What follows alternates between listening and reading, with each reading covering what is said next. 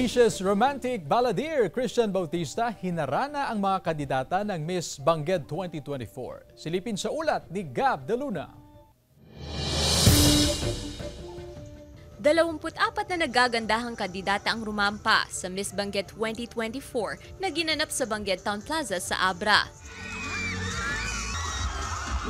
Kanya-kanyang cheer ang crowd, pero mas nagningning ang gabi sa paglabas ni Asia's romantic balladeer Christian Bautista para haranahin ang mga kandidata. Hindi napigilang magtilian ng mga audience nang lumapit na ang kanilang idolo. Congratulations to our winner and to all the lovely ladies.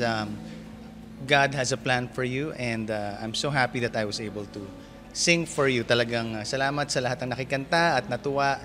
Ang youngest candidate na si Mavi Joy Baile ang nag-uwi ng corona at itinanghal na Miss Bangged 2024. I am the youngest amongst all of them and I feel like just because I am young doesn't mean that I am not capable of winning and getting the crown of Miss Bangged, and I think that is one of the biggest achievements. Isang malaking tagumpay ang taunang patimpalak, kung saan ang kagandahan, katalinuhan at karakter ng Abrenian ang nangibabaw.